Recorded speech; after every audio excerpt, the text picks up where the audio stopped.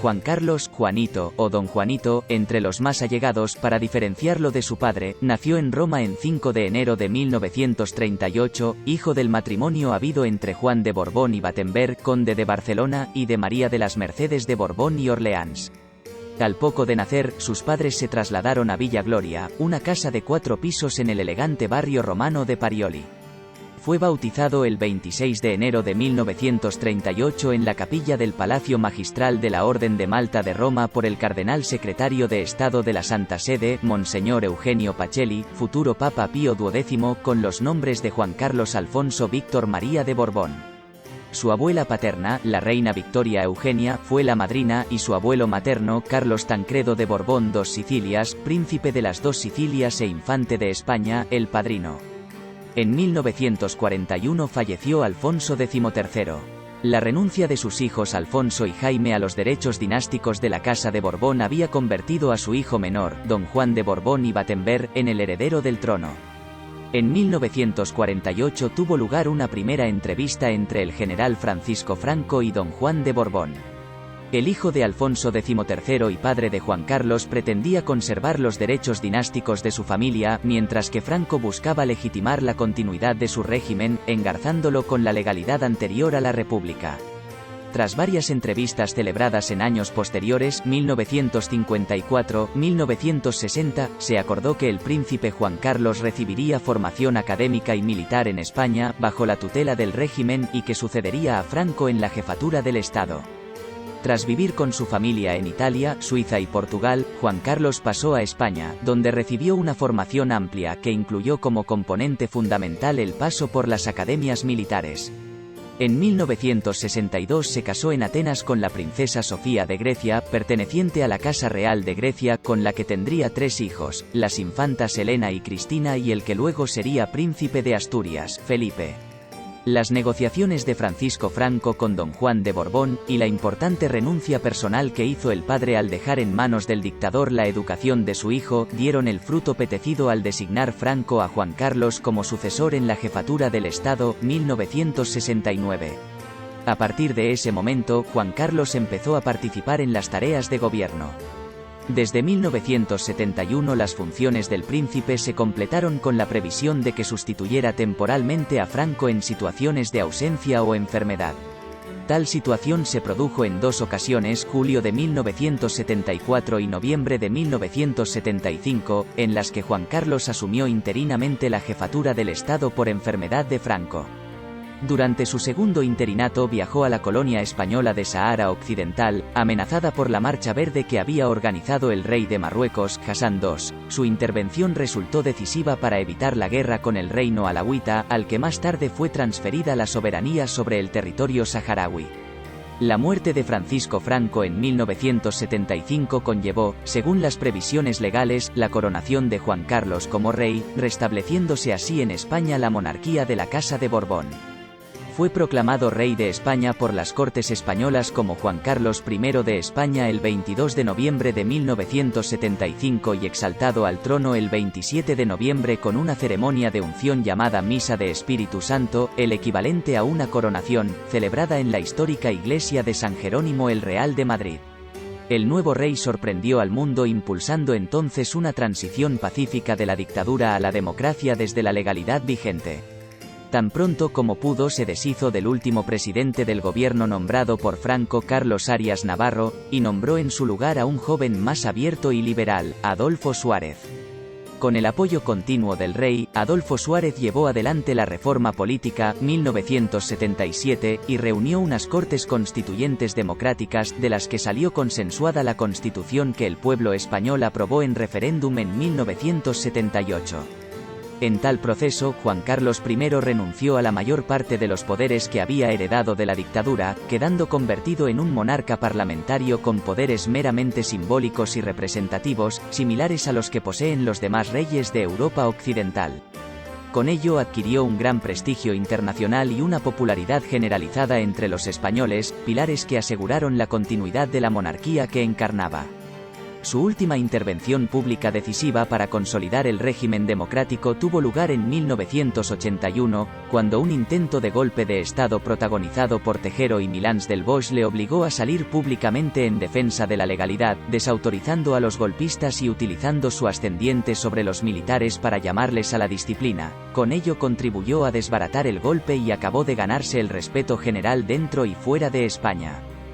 Juan Carlos I desempeñó fielmente las tareas que le atribuye la Constitución, interviniendo mediante consultas con los líderes parlamentarios en la designación del candidato a presidente del gobierno después de cada consulta electoral. Su función de representación del Estado le llevaría a viajar incesantemente por el extranjero, en apoyo de la política exterior decidida por sus gobiernos. Cabe destacar en este aspecto su liderazgo simbólico sobre la Comunidad Iberoamericana de Naciones, así como el apoyo a la integración española en las organizaciones occidentales, OTAN y Unión Europea que se produjeron durante su reinado. También viajó frecuentemente para visitar las distintas comunidades autónomas que componen el Estado español. En ese aspecto, la actitud relativamente abierta que demostró hacia la pluralidad cultural y lingüística, la descentralización política y administrativa y la idiosincrasia de las diferentes regiones facilitó el mantenimiento del frágil equilibrio entre unidad y diversidad que diseñó la Constitución de 1978. Sin que por ello faltasen esporádicamente voces críticas, puede afirmarse que Juan Carlos I mantuvo intacto su prestigio y el de la institución durante la mayor parte de su reinado. Los últimos años, sin embargo, fueron difíciles. Los problemas matrimoniales de la infanta Elena, divorciada en 2009 de su marido, Jaime de Marichalar, turbaron la paz de la familia real, si bien no dejaba de tratarse de un asunto privado. Pero en 2011 estalló el llamado caso Noos, un escándalo de corrupción protagonizado por el yerno del rey, Iñaki Urdangarín. Al parecer, el marido de la infanta Cristina había aprovechado durante años su vinculación con la monarquía para desviar fondos públicos hacia el Instituto Noos, una fundación teóricamente sin ánimo de lucro que él mismo presidía. Aunque Urdangarín eximió a su esposa de toda responsabilidad, la imagen de la Casa Real quedó empañada y la lentitud del proceso judicial, durante el cual se llegó a imputar a la misma infanta Cristina que hubo de comparecer ante el juez, no contribuía precisamente a olvidar el asunto. No menos funesta para el crédito de la monarquía fue la noticia que saltó a los teletipos en abril de 2012, en un contexto de fuerte crisis económica en el que Juan Carlos I se había sumado a las voces que pedían sacrificios a la población. Se supo, a raíz de un accidente en que se fracturó la cadera, que el rey se hallaba cazando elefantes en Botsuana. Juan Carlos I hubo de pedir disculpas públicamente nada más salir del hospital. La operación a que debió someterse el rey para reducir la fractura de pelvis sufrida en el safari se sumó a otras intervenciones quirúrgicas de distinta etiología, hernia discal, tumor pulmonar benigno, rotura del tendón de Aquiles, que le habían sido practicadas a partir del año 2010. La suma de dolencias hizo que la semblanza del monarca apareciera muy deteriorada respecto de otras épocas, con una cojera evidente y, en ocasiones, serias dificultades para hablar. A raíz de estos percances, tanto los de popularidad como los de salud, se intensificaron los rumores que apuntaban a una posible abdicación. Se decía que el príncipe Felipe, casado con la periodista Leticia Ortiz, ofrecía una imagen más moderna de la institución monárquica y que por tanto sería bien recibido por la ciudadanía.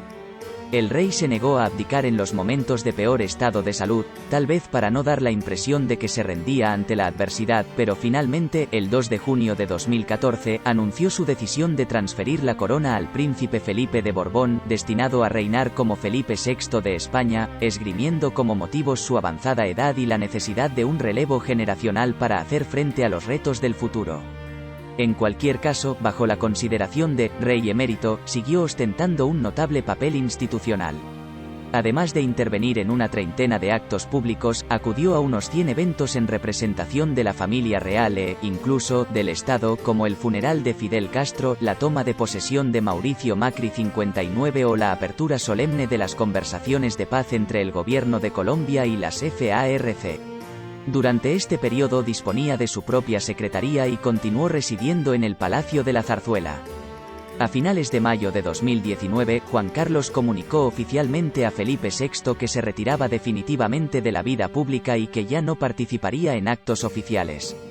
En marzo de 2020, el grupo parlamentario de Esquerra Republicana y otros partidos registraron en el Congreso de los Diputados una iniciativa en la que solicitaban la creación de una comisión de investigación. El objetivo era determinar las responsabilidades civiles, éticas y políticas del exjefe de Estado en relación a una donación de 100 millones del año 2012 y relacionada con el entonces monarca, su amiga Corina Larsen y la adjudicación de grandes obras en Arabia Saudita. El mismo mes, fue el propio rey, Felipe VI, el que emitió un comunicado en el que renunciaba a la herencia de su padre, así como a cualquier activo, inversión o estructura financiera cuyo origen, características o finalidad puedan no estar en consonancia con la legalidad y los criterios de rectitud e integridad que rigen su actividad institucional y privada. Según los estatutos de las sociedades Fundación Lucum y Fundación Zagazca, Felipe sería el beneficiario directo en caso de fallecimiento de su padre y encargado del sostenimiento del resto de la familia. Comunicó asimismo que retiraba a su padre la asignación que cobraba de los presupuestos de la Casa del Rey. A finales de mayo de 2019, Juan Carlos comunicó oficialmente a Felipe VI que se retiraba definitivamente de la vida pública y que ya no participaría en actos oficiales. En marzo de 2020, el grupo parlamentario de Esquerra Republicana y otros partidos registraron en el Congreso de los Diputados una iniciativa en la que solicitaban la creación de una comisión de investigación. El objetivo era determinar las responsabilidades civiles, éticas y políticas del exjefe de Estado en relación a una donación de 100 millones del año 2012 y relacionada con el entonces monarca, su amiga Corina Larsen y la adjudicación de grandes obras en Arabia Saudita. El mismo mes, fue el propio rey, Felipe VI, el que emitió un comunicado en el que renunciaba a la herencia de su padre, así como a cualquier activo, inversión o estructura financiera cuyo origen, características o finalidad puedan no estar en consonancia con la legalidad y los criterios de rectitud e integridad que rigen su actividad institucional y privada. Según los estatutos de las sociedades Fundación Lucum y Fundación Zagazca, Felipe sería el beneficiario directo en caso de fallecimiento de su padre y encargado del sostenimiento del resto de la familia. Comunicó asimismo que retiraba a su padre la asignación que cobraba de los presupuestos de la Casa del Rey. El 3 de agosto de 2020, la Casa del Rey hizo pública una carta en la que Juan Carlos, dirigiéndose a su hijo el rey, informaba de su voluntad de salir del país debido a la repercusión pública creciente de ciertos acontecimientos pasados de su vida privada. Con ello parecía aludir a las investigaciones abiertas en Suiza y en España sobre los supuestos fondos de Juan Carlos I acumulados en paraísos fiscales. Por su parte, el rey, a través del mismo comunicado, resaltaba la importancia histórica del reinado de su padre y le mostraba su agradecimiento por la decisión tomada. Tras conocerse la noticia, diversos medios especularon con la posibilidad de que cuando la carta se hizo pública Juan Carlos en realidad ya había abandonado el país. En un primer momento, ni desde la Casa del Rey ni desde la presidencia del gobierno se quiso desvelar el paradero del rey emérito. El gobierno, a través del ministro del Interior Fernando Grande Marlaska, vino a reconocer que el Estado español seguía asumiendo el coste del dispositivo de seguridad del padre del rey en el nuevo lugar de destino, pero el 17 de agosto de 2020 finalmente la Casa Real Española confirmó que Juan Carlos I se encontraba en los Emiratos Árabes Unidos desde el 3 de agosto, el mismo día que fue anunciada su decisión de abandonar España y fijar su residencia en otro país. Coincidiendo con la aparición de estas informaciones, más de 70 exaltos cargos españoles suscribieron un manifiesto en apoyo al rey emérito por su reinado. Entre los firmantes se encontraban políticos retirados como Rodolfo Martín Villa, Alfonso Guerra, Matilde Fernández, Josep Piqué y Esperanza Aguirre o historiadores como Juan Pablo Fusi y Carmen Iglesias.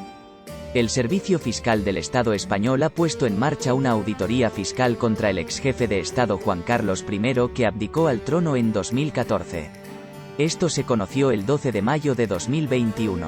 El cheque está relacionado con el pago de impuestos atrasados, los cuales fueron realizados por el Rey de Honor de España de forma voluntaria. Se observa que el Servicio Tributario realiza una inspección en coordinación con la Fiscalía de la Corte Suprema de Justicia del país. El objetivo de la auditoría es asegurar que la situación fiscal de Juan Carlos I se ha gestionado correctamente. En diciembre del año pasado, el Rey de Honor pagó en España los atrasos fiscales del período 2016 a 2018 más de 678 miles de euros. Se cree que la deuda está relacionada con la investigación de la Fiscalía sobre la posible utilización del rey honorario de tarjetas atadas a cuentas cuyo titular no poseía. El dinero fue presuntamente proporcionado por un empresario mexicano.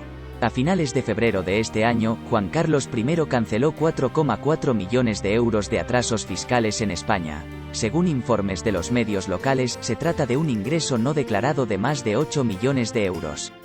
Estos fondos incluyen el coste de los vuelos en jets privados que hasta 2018 fueron pagados por el exjefe de Estado con el fondo de su familiar.